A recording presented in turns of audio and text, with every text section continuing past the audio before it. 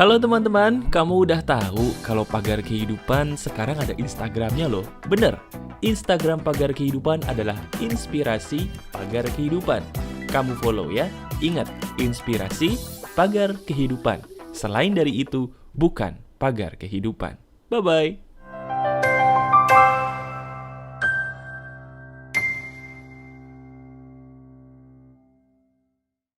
Kira-kira kalau saya tidak punya teman curhat satupun yang mau mendengarkan saya harus curhat kemana ya? Halo teman-teman, apa kabar? Ada saya kembali Aryan Surya, sahabat baik kamu dari Pagar Kehidupan. Ada kalanya kita merasa bingung ya teman-teman, entah kenapa hidup itu terasa sendiri. Mungkin kita punya banyak teman, mungkin juga kita punya keluarga yang ada di samping kita, tapi sadar gak sih, gak semua di antara mereka loh mampu mendengarkan curhatan kita dengan baik. Nah, kalau seandainya kita memang dalam keadaan ingin curhat, namun tidak bisa curhat kepada siapapun, harus bagaimana sih langkah yang paling bijak?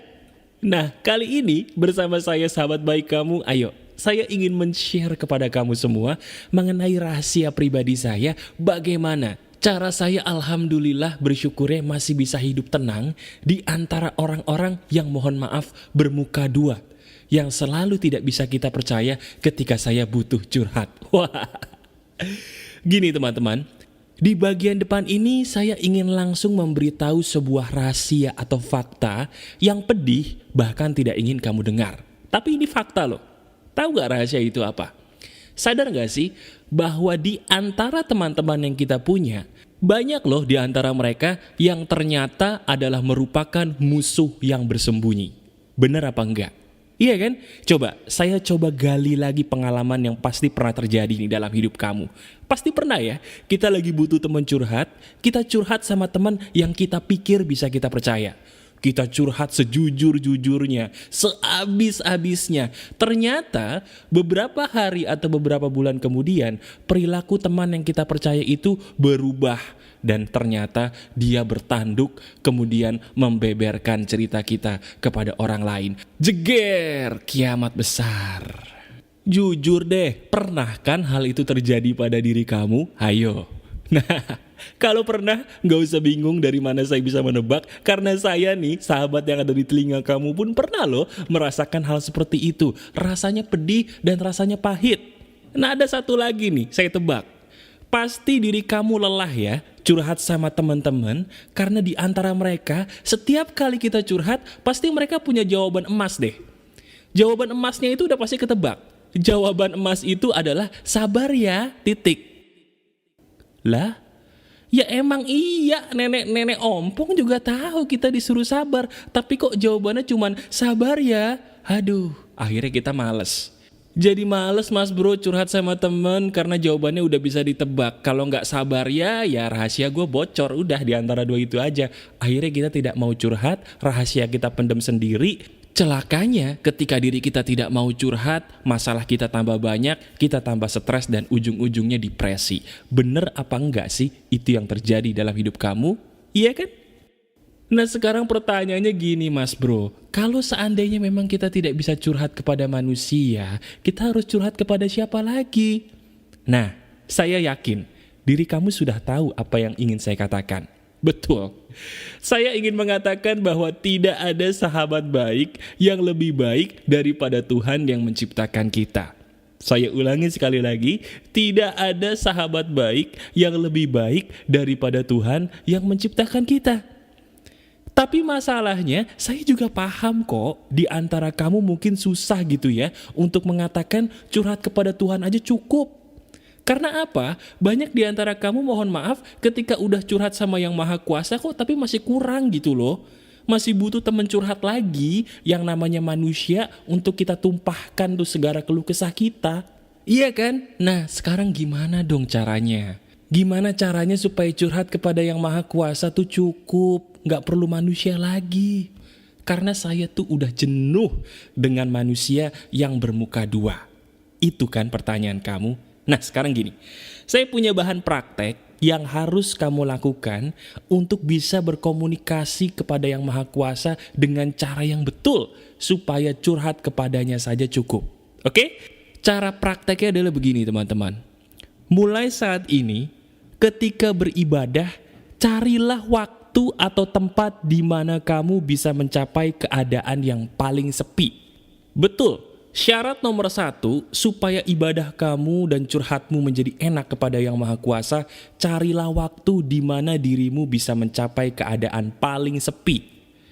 Biasanya, yang paling ideal adalah malam hari. Mungkin kalau yang muslim gitu ya, paling enak tuh curhat di waktu sholat tahajud. Bener ya? Kenapa? Karena di waktu sholat tahajud pasti tenang, pasti sunyi, dan biasanya kita lebih teduh gitu hatinya di dalam bercurhat kepada Yang Maha Kuasa. Nah itu, syarat nomor 1, carilah waktu di mana kamu bisa mencapai keadaan paling sepi. Itu yang paling pertama. Cara yang kedua, setelah kamu mencari keadaan yang sepi, syarat yang kedua adalah mandilah terlebih dahulu agar dirimu segar. Loh mas bro, dalilnya dari mana loh? Gini loh, saya belajar juga dari guru agama saya nih sebagai orang muslim, kalau kita mau tahajud disunahkan mandi dulu kan? Coba deh kamu tanya. Kenapa? Karena memang benar, ketika kita mandi, badan kita menjadi lebih segar dan lebih bersih. Ketika badan kita bersih dan segar teman-teman, kita akan jauh lebih fokus di dalam berdoa kepada Yang Maha Kuasa. Coba deh, jadi selain kamu nih yang muslim wudhu, sebelum sholat tahajud, coba mandi dulu. Nah bagi kamu yang berkeyakinan lain juga sama, coba deh dites. Bener gak ya, ketika saya sebelum berdoa mandi dulu gitu, rasanya lebih tenang dan lebih segar? Kalau kamu mau praktek, pasti bener deh. Rasanya beda loh, ketika sebelum beribadah mandi dulu. Rasanya lebih bersih, lebih segar, dan lebih fokus dalam berdoa. Dicoba. Nah sekarang cara yang ketiga nih. Nah cara yang ketiga ini juga gak kalah penting. Setelah kamu menemukan keadaan yang sepi, setelah diri kamu mandi bersih gitu ya, sekarang udah waktunya diri kamu beribadah menghadapnya. Pertama, saya ingin kasih tahu kamu dulu ya, bahwa Tuhan itu ada. Jadi, kalau Tuhan itu ada, kamu tidak perlu pura-pura menganggap bahwa Yang Maha Kuasa itu ada, nggak perlu. Yang ingin saya katakan, ketika dirimu beribadah, tidak perlu terlalu kusyuk. Yang penting kamu paham betul apa sih yang kamu katakan. Sekali lagi, dirimu paham betul apa yang kamu katakan. Itu yang paling penting nomor 3. Mudah kan? Itu dia yang ketiga. Penting. Nah, yang keempat ini teman-teman juga gak kalah penting. Dengerin baik-baik. Setelah kita menemukan keadaan yang sepi, setelah kita mandi dan juga mungkin berwudu bagi yang muslim, setelah yang ketiga kita harus mengetahui apa yang kita katakan ketika beribadah. Yang nomor 4, saya selalu bilang, ketika ingin curhat kepada Yang Maha Kuasa, gunakanlah hatimu.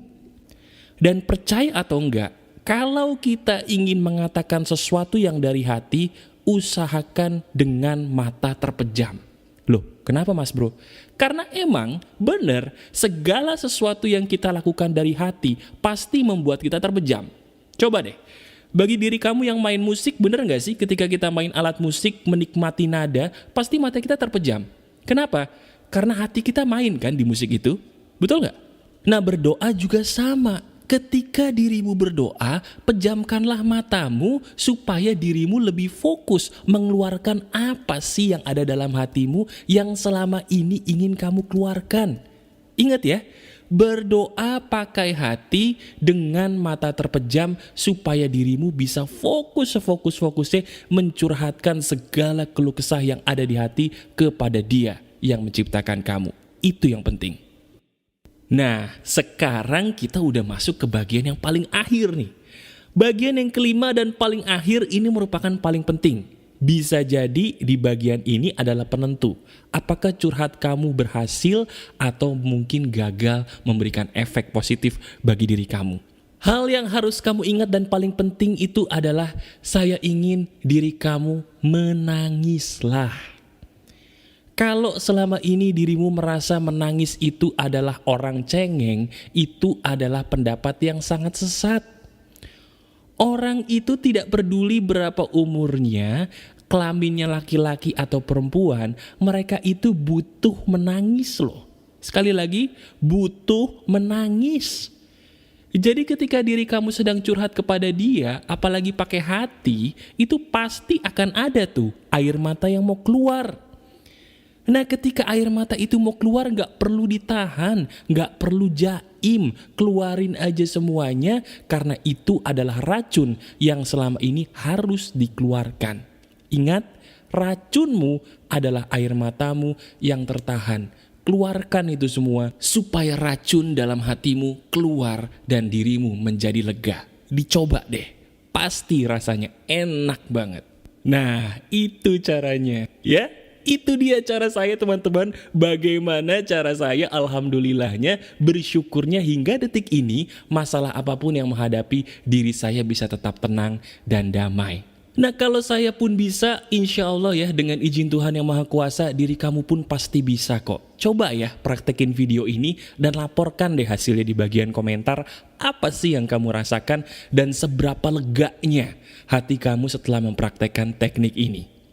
Kalau memang kamu merasa terbantu banget dengan apa yang saya bagikan ini, klik jempol ke atas ya bagi saya dan tolong berikan video ini kepada orang-orang yang ingin kamu tolong ya.